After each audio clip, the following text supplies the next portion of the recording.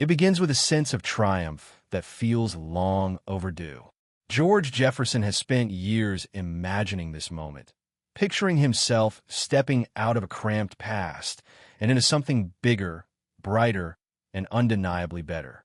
The move isn't just about square footage or a better view. It's about proof. Proof that he didn't just survive the grind, but beat it. Proof that success has a sound, a look, and an address. George talks about the move like it's a declaration of victory, a line drawn between who he used to be and who he is now. Louise listens, smiles, and packs boxes, but inside she carries a quieter fear. Moving up doesn't automatically mean fitting in, and fitting in has never been something you can buy. The goodbye is awkward in a way that surprises everyone. There's history here, arguments, insults, rivalry, but also something harder to name. Familiarity. Louise gets emotional. Archie pretends he doesn't care, then immediately proves that he does. George masks discomfort with jokes and bravado, because softness makes him uneasy.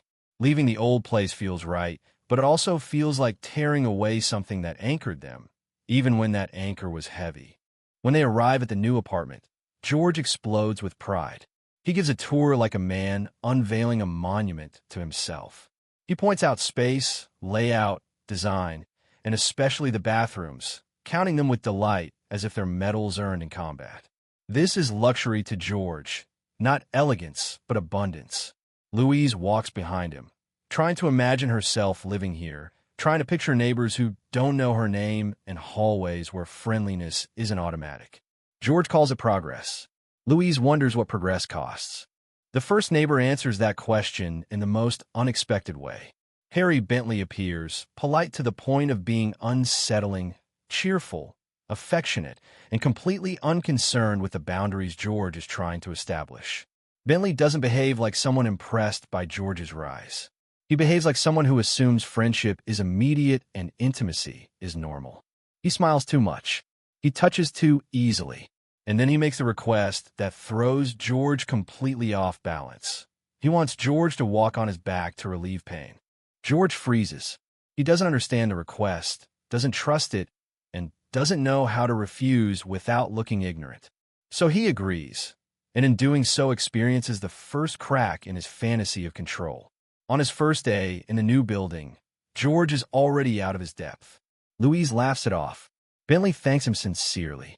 George fumes quietly, because friendliness has turned into vulnerability, and vulnerability is not part of his plan. The next blow lands harder. Lionel's girlfriend's parents, the Willises, people George already dislikes, aren't just visiting. They live upstairs, in the same building. The realization hits George like an insult wrapped in concrete. He thought moving would create distance, separation, relief. Instead, it's compressed his problems into an elevator ride. Suddenly, the future George imagined feels crowded with people he can't control or avoid. George reacts the only way he knows how, loudly and aggressively. He talks about moving again, about breaking leases, about how unfair it is that his new life came with old complications. But beneath the noise is something more fragile. George is terrified that success didn't buy him freedom, that money didn't erase discomfort, that no matter how high he climbs, he still has to deal with people who make him feel exposed. Then the irony reveals itself. Bentley casually mentions sharing elevator rides with a man connected to the bank George wants access to. Just like that, George's rage evaporates. The building transforms from a mistake into an opportunity. The neighbors he wanted to escape become potential stepping stones. George orders Louise to unpack again. The same people he demanded distance from are suddenly acceptable. The shift is instant and revealing. George's tolerance isn't guided by comfort or happiness. It's guided by advantage. While George is learning that moving up doesn't erase social tension, the Bunker household is learning something even more uncomfortable. Fairness doesn't come naturally in a marriage built on habit and authority. Gloria and Michael introduce an idea that sounds simple but proves explosive: fair fighting. No insults, no shouting, no walking away. Conflicts should be discussed calmly and resolved with respect. To Archie, this sounds like a joke. To Edith, it sounds like a door opening. The test case is small but loaded. Edith wants to host visiting relatives. Archie refuses. In the past, that would have been the end of the conversation. But this time, Edith hesitates. Gloria encourages her to speak. Michael backs her up. Edith pushes gently at first, then with more confidence. Archie responds with dismissal, with insults, with a familiar declaration that the matter is closed. But the rules mean Edith isn't supposed to retreat anymore. The living room becomes a strange arena where old instincts clash with new expectations. Archie tries to twist the rules to his advantage, using them selectively. He storms into the kitchen, thinking distance will end the discussion. Gloria calls him out. Edith even threatens to sleep on the couch, a small rebellion that feels enormous for her. For a moment, it looks like progress. Archie softens. He offers food. He behaves kindly. Edith believes something has changed. Then reality snaps back. The relatives cancel their visit, and Archie suddenly becomes generous and accommodating. Edith thinks the argument worked, that he learned something, but when the visit is rescheduled, Archie's old resistance roars back instantly. The kindness vanishes. The lesson becomes painfully clear. Archie didn't change. Circumstances did, and circumstances don't last. Another couple enters the picture as a kind of distorted mirror. Amelia and Russell appear glamorous, confident, worldly. Russell boasts about money, trips, appearances. Edith is dazzled by the romance on display. Pet names, affection, charm. But the private truth cuts deep. Amelia confesses she feels lonely, insecure, afraid her husband is slipping away.